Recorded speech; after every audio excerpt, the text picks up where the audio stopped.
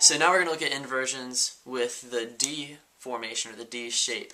So check this out. So fourth string would be open, so it's a D, and then cool.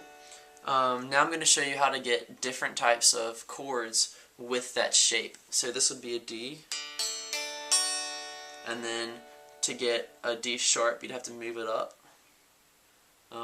So you have to compensate by barring it, because with the D you have that the D string open, so now you got, since you're moving it up, you need to bar it. So now it would sound like yeah, that'd be a D sharp, and then this right here would be an E. And why would that be an E? Well, you have your bass note right here, 2nd fret, D string, and then your octave is E right above it.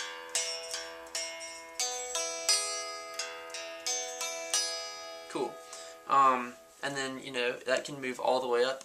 So you can either do a shape that's like this, so like playing E like this, and play an F, play an F sharp, play a G. So you have that formation where you use like half the chord and the root, or you can use like just the 3 notes on the D chord. So using the G string, the B string, and the A string. So this would be your D. This would be your D sharp, or E flat, sorry. So that'd be that, and then E would look like this. And then keep on moving that up, and you'll have a G right here. So G would be a 7, 8, and a 7. And A would be up here. It's 2 up. And then go up again, and you have your C, or wait, this will be your C, sorry. And I want you to take close notice of this again. So you'd probably ask, why is this a C? Well, yes, with your inversion, play the root, and then of course that is the octave of this, which is a C.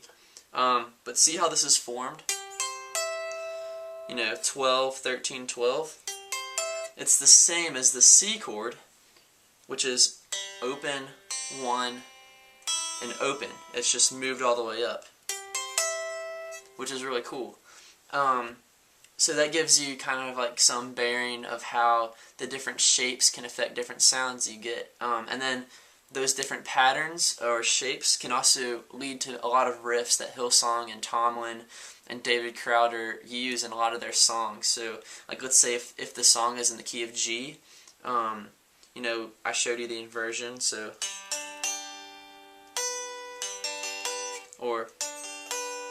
and you might have like a